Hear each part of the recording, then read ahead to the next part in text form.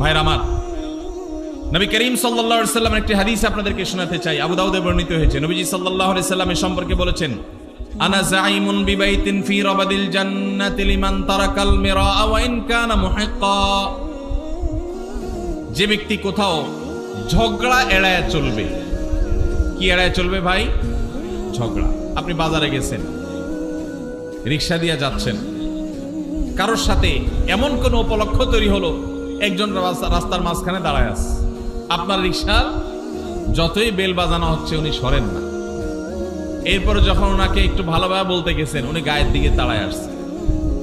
আপনি এখন চাইলে তারে 5টা কথা শুনাইতে পারেন যে ভাই রাস্তাটা কি আপনার বাপের, অনেক কথাই বলতে পারেন, কিন্তু আপনি দেখছেন যে কথা বলতে গেলে কথা বাড়বে, এবং কথা বাড়লে আমার আখলাক নষ্ট হবে, জবান নষ্ট হবে, মুখ নষ্ট হবে, আমল নষ্ট হবে।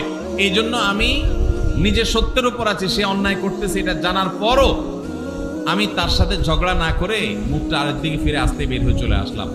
নবীজি বলেছেন, এই কাজটা যারা নিয়মিত করতে পারবে, যারা এই কাজটা করবে, এই গুণ যারা অর্জন করবে, তিনি বলেছেন জান্নাতের এক পাশে তার জন্য একটা প্রাসাদের দায়িত্ব আমি নিলাম। আল্লাহু আকবার।